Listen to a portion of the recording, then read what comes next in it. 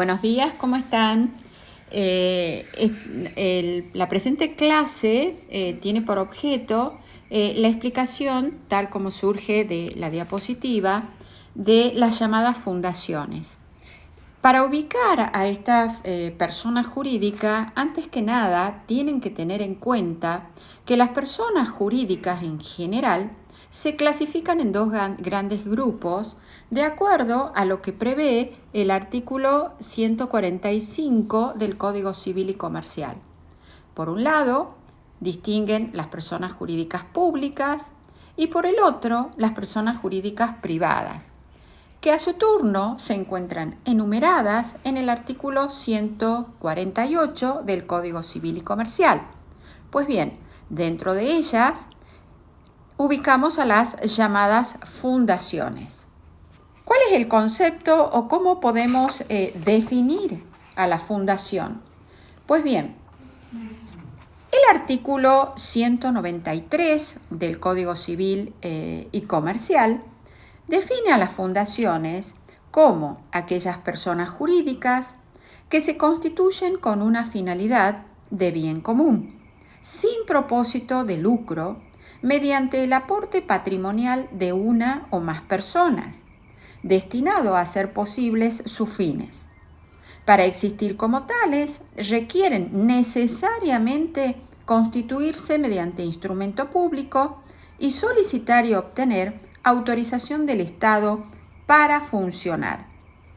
Seguidamente, este artículo, en su parte final, agrega: si el fundador es una persona humana, puede disponer su constitución por acto de última voluntad.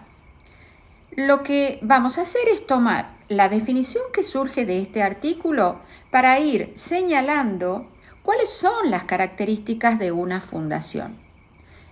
Lo primero que tienen que destacar, como les anticipé en la diapositiva anterior, ubicamos a la fundación como una persona jurídica privada, ¿sí? Otra característica respecto del nacimiento. Nace de un acto jurídico unilateral. Ese acto jurídico unilateral se denomina así porque la decisión de dar nacimiento a la fundación depende del fundador o fundadores.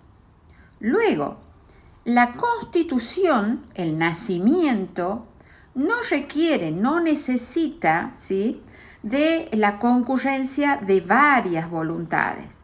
¿Esto qué significa? Nace, reitero, por la intención, por la voluntad del fundador. A su vez, no tiene miembros, y esto es fundamental porque sirve para distinguir a la fundación de otras personas jurídicas como podría ser una asociación. Esto es, no necesita de la reunión, de la unión, sea duradera, sea transitoria, de un grupo de personas. Basta con el fundador, reitero, carece de miembros que forman parte de la fundación, como sí sucede con una asociación.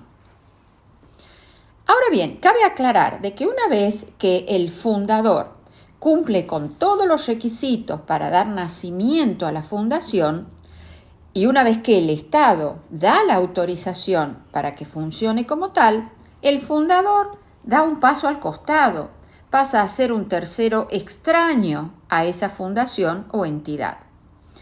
Otra característica, para poder desenvolverse la fundación, esto es, para poder cumplir con la finalidad para la cual fue creada, cuenta con una serie de órganos, ¿sí?, que integran o que forman parte, mejor dicho, de su estructura. Y esto que a su vez les expliqué que la fundación carece de miembros, es bueno al mismo tiempo relacionar con el hecho de que sí tiene beneficiarios, que obviamente no integran la fundación, sino que van a recibir el resultado de la actividad que cumple esa fundación, que por otro lado, esa finalidad es enteramente desinteresada.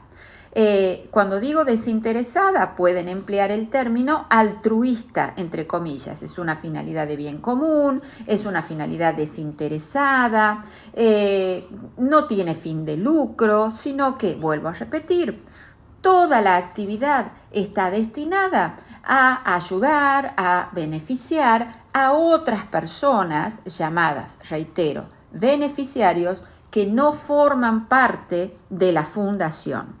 ¿Sí? Entonces, esos beneficiarios, ¿qué es lo que reciben? Ventajas, ¿sí? Por ejemplo, atención médica. Ahora bien, les aclaro en cuanto al fundador, que también puede ser una persona humana o una persona jurídica. Ahora bien, en cuanto a la función o rol que desempeña el Estado, podríamos decir que es mucho mayor la presencia del Estado en una fundación porque carece de miembros que puedan ejercer un control.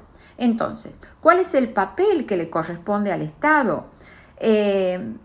Autorizar el funcionamiento de la fundación y al mismo tiempo controlarla. ¿Controlarla para qué? Para garantizar que esa fundación cumpla con la finalidad para la cual ha sido creada.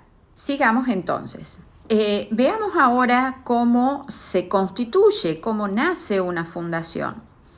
De acuerdo a lo que nos dice el artículo 195 del Código Civil y Comercial, para poder dar nacimiento a una fundación, el requisito de forma que debe cumplirse es el instrumento público. ¿Sí? El instrumento público, vamos a ver más adelante, se caracteriza porque interviene un oficial público que depende del Estado.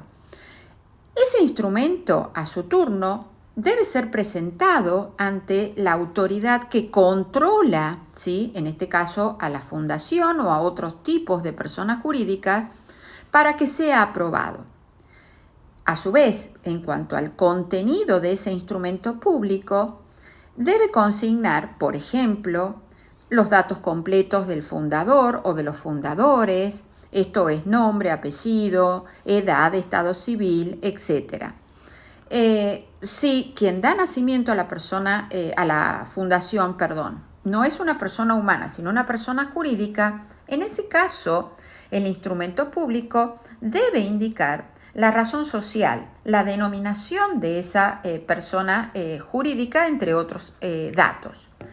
Además, ese instrumento, que lo vamos a llamar constitutivo de la fundación, debe indicar cómo se va a llamar la fundación, dónde está ubicada, esto es el domicilio, el objeto, esto es la finalidad precisa y determinada, el patrimonio inicial, cómo está integrado y cuáles son los bienes, por ejemplo, que se pueden incorporar con posterioridad, el plazo de duración de una fundación y en caso de extinguirse, cuál va a ser el destino de los bienes.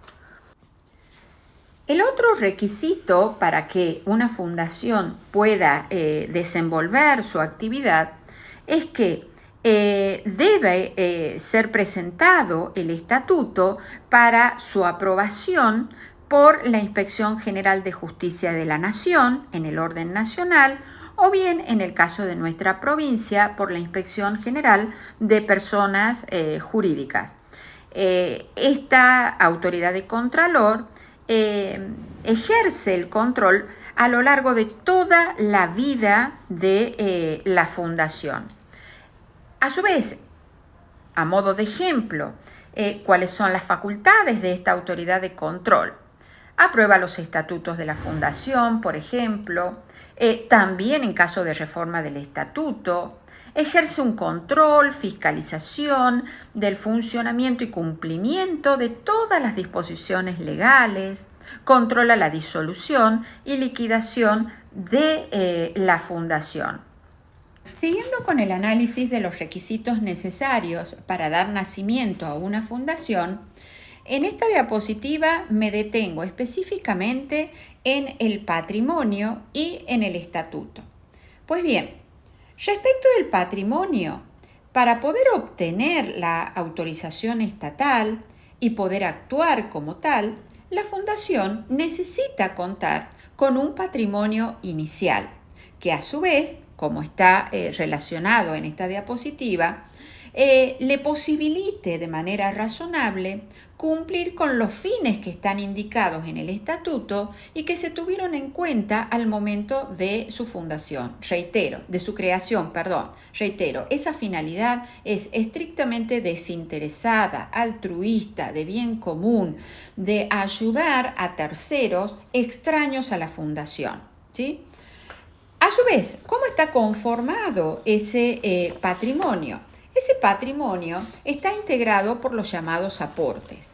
Los aportes pueden ser de distinta naturaleza, de distinto tipo, ya sea consistir en sumas de dinero o títulos valores que deben a su turno ser depositados en el banco que indique la autoridad que controla la fundación.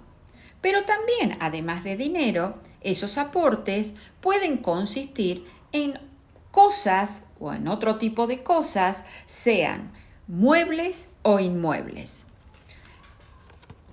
Pasando ahora al tema del estatuto. Pues bien, ¿qué es el estatuto de la fundación? El estatuto, de manera muy simple, puede ser definido como el instrumento público que va a regir la vida interna de la fundación. Ese estatuto, a su vez, debe constar por escrito en un instrumento público. Entre los datos que debe contener ese instrumento público, les menciono algunos.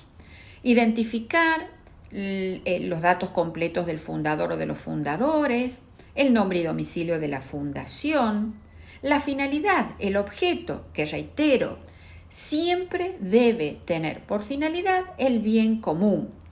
Por ejemplo, el objeto puede ser muy diverso: brindar asistencia económica, espiritual a determinadas personas, dedicarse a investigaciones científicas, otorgamiento de becas, etc. Y por supuesto, también el estatuto debe mencionar cómo está conformado el patrimonio inicial, el plazo de duración, cómo está estructurado el gobierno de la fundación, esto es, qué órganos componen la fundación, entre otros. Veamos ahora cómo está estructurada una fundación, esto es, qué órganos integran esa fundación para que pueda cumplir con esa finalidad de bien común.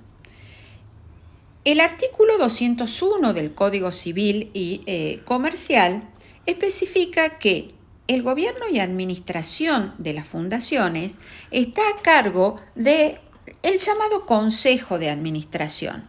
Si nos preguntamos, ¿cuántos o cuántas personas integran ese Consejo de Administración? Pues bien, se integra por 3 personas humanas. ¿Cuál es la finalidad o cuál es la función? Asegurar que la fundación cumpla con el objeto para el cual ha sido conformada o para la cual se le dio nacimiento. ¿Cuál es la función o cuál es la finalidad de este Consejo de Administración? Pues bien, es el órgano máximo, es el órgano más importante de la fundación, a cuyo cargo está el gobierno y la administración de la entidad. Por ejemplo, de qué forma van a disponer los bienes, decidir la reforma del estatuto, decidir si se va a disolver o no la entidad, etc. ¿Cuáles son los cargos? Pues bien, ese Consejo de Administración está organizado, las funciones, mejor dicho, están organizadas en cargos distribuidos en un presidente, en un secretario y en un tesorero. Y todas las funciones que llevan a cabo tienen un carácter honorario, esto es, no reciben un sueldo por esa función, ¿sí? En esta última diapositiva me refiero, la idea es explicarles cuál es la autoridad de control. Yo ya les anticipé en diapositivas anteriores. Una vez conformada la fundación, debe obtener la autorización del Estado para poder funcionar como tal.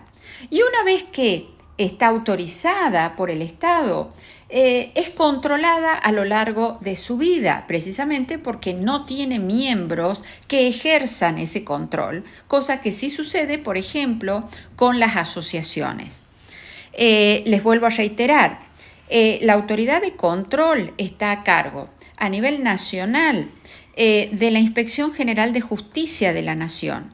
Y cada provincia a su turno organiza la autoridad que va a controlar a las fundaciones creadas y que funcionen dentro del ámbito de cada una de ellas. En el caso de nuestra provincia, la Inspección General de Personas Jurídicas.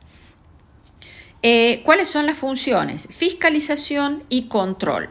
En este sentido, aprueba los estatutos de la fundación y su reforma, fiscaliza su funcionamiento, cumplimiento de disposiciones legales, controla la disolución y liquidación de la entidad, y el destino de los bienes en caso de producirse dicha disolución.